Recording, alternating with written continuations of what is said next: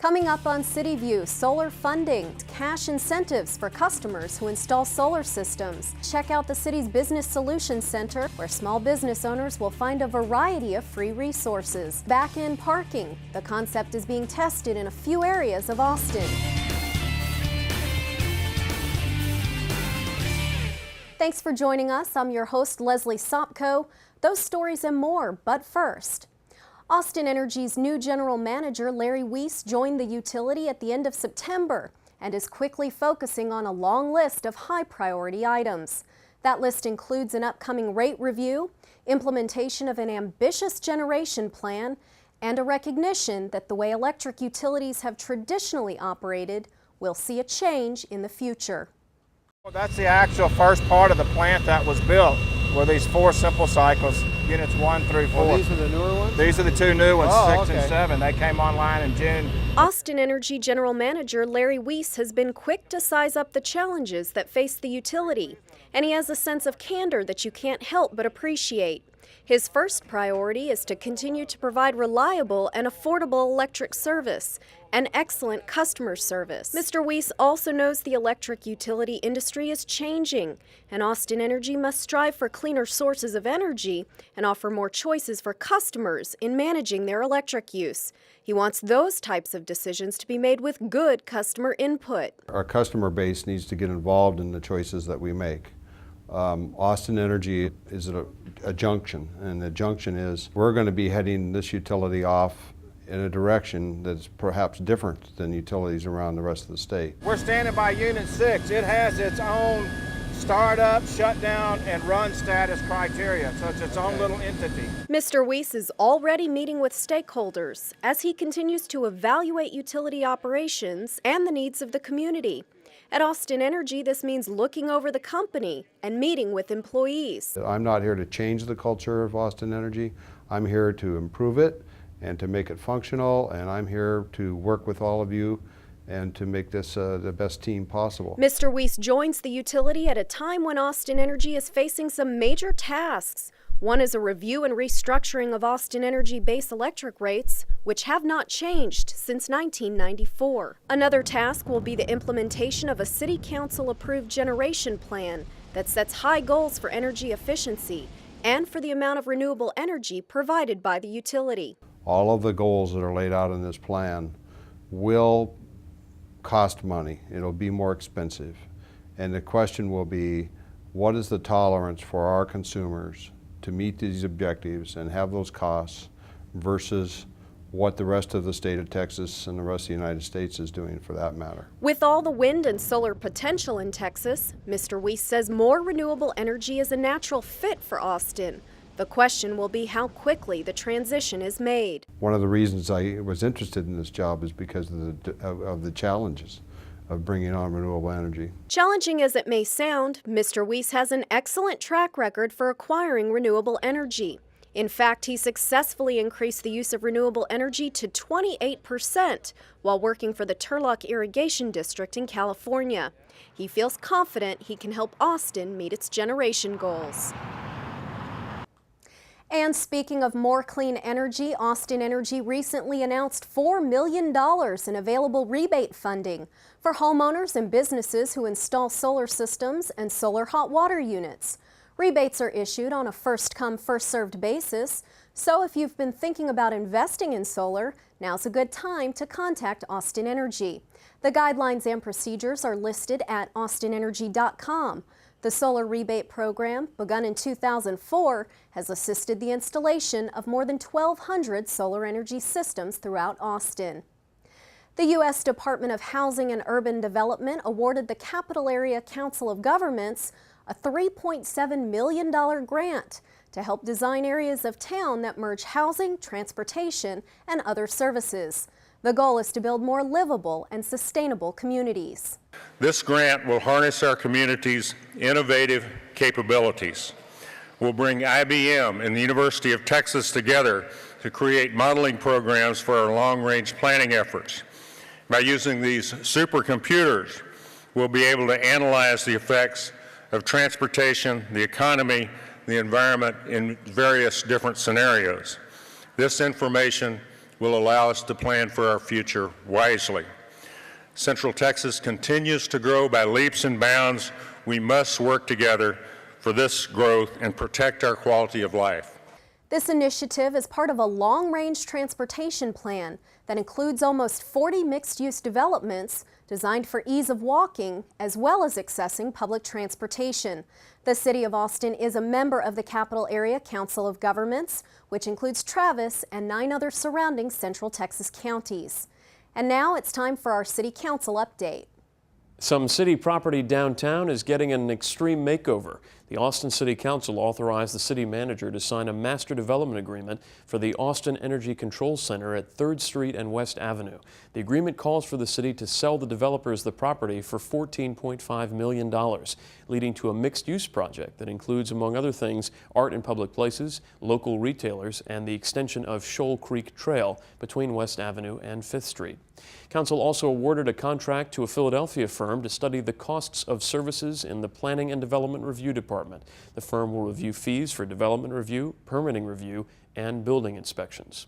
Council also approved the acceptance of grants from the federal government for use at Austin Bergstrom International Airport. The grants would fund terminal area improvements, noise mitigation, airfield improvements, and security-related projects. The city could receive up to $30 million in federal grants during the fiscal year. And Council agreed to co-sponsor the Austin Trailer Food Festival on Saturday, November 6th at Auditorium Shores. The Council believes the street food scene is exploding in cities across the United States, and Austin is on the leading edge with literally hundreds of mobile eateries serving up highly creative cuisine. The festival will be free and open to the public. In all, Council considered 58 items at its October 14th meeting. Its next regularly scheduled meeting is October 28th. For CityView, I'm Larry Schooler. Austinites will have the chance to vote for a $90 million transportation bond package on the November 2nd ballot. In an effort to inform City of Austin voters about the bond, the city has circulated educational brochures and produced a video on the proposed projects and programs being considered. The City of Austin has scheduled a $90 million mobility bond election for November 2nd, 2010. Proposed projects include investments in streets, sidewalks, bike paths, trails, and transit infrastructure in all parts of the City of Austin. This bond package was developed by city staff working with the community since fall of 2009 to collect, evaluate, and recommend priority mobility projects. A City Council appointed Citizens Task Force recommended the bond proposal in July. If these bonds are approved by voters, the debt service is expected to be funded within the current tax rate. No increase in the property tax rate is anticipated. The proposed package includes funding for preliminary engineering, design, construction, and reconstruction of Austin roadways, funding to repair and install sidewalks, curbs, ramps, and gutters, and other accessibility projects as part of the Americans with Disabilities Act ADA program, and for bicycle and sidewalk facilities identified in the city's bike plan and sidewalk master plan. Funding for traffic signal system updates, including modifying and upgrading existing signals and school flashers,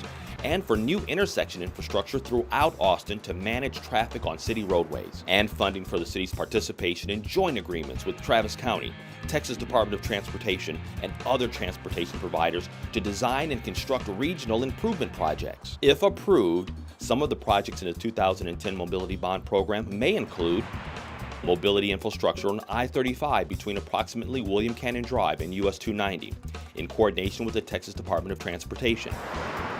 Preliminary engineering for sidewalk and bicycle facilities on East Riverside Drive from approximately IH-35 to Ben White Boulevard.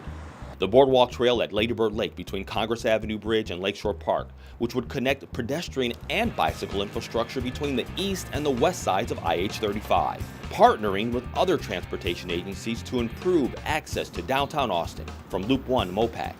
Improving pedestrian access to Allen Elementary School in the Johnston Terrace neighborhood. Preliminary engineering for future transportation infrastructure in the FM 969 corridor, East Martin Luther King Jr. Boulevard between US 183 and the city of Weberville.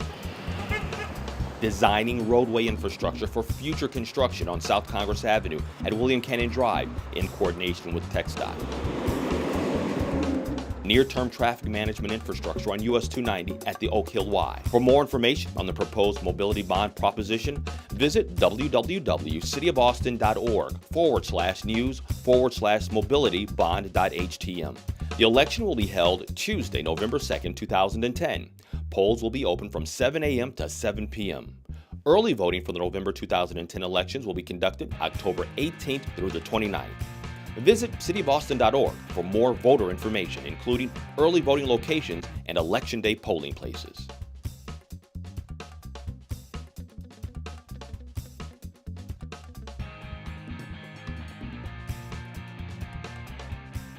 Moving on from Austin's roadways to parking spaces, the city's transportation department is testing the use of back-in angle parking.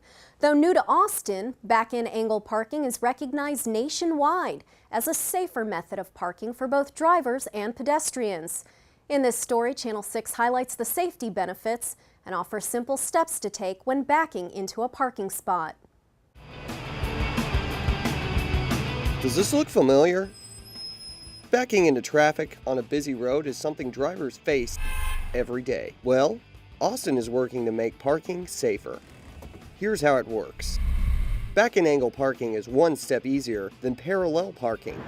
Simply signal the traffic behind, pull past the spaces as you would with parallel parking, and back in.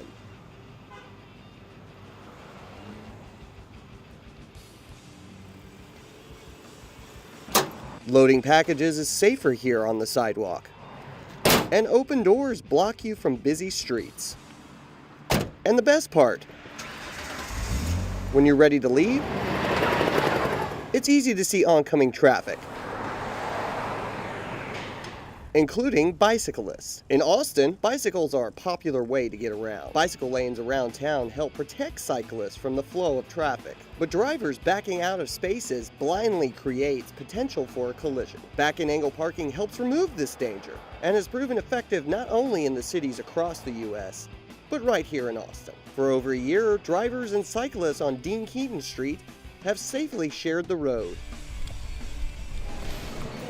And new to 6th Street business, owners Jim of Swedish Hill and Brad Fortney of Fortney's Antiques say they have seen the benefits too. I love the fact that I can now load people's cars from the safety of the sidewalk.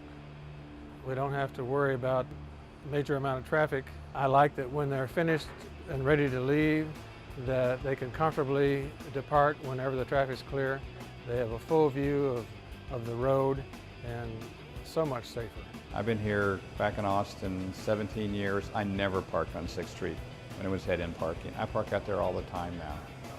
It's changed, it's different. It was a little hard at first, and now I'm used to it, and most of our customers have gotten used to it and really like it. So Austin, as you encounter back-in angle parking around town, remember, it's easier than parallel parking, and more importantly, safer for everyone who shares our roads. Finally, the City of Austin provides a variety of free resources for small business owners, including a Business Solutions Center. Every day, about 24 entrepreneurs come to the center to conduct research, create business documents, and take advantage of the professional workspace. I came to the Business Solutions Center today because there's so many resources here and there's so much excitement in the atmosphere.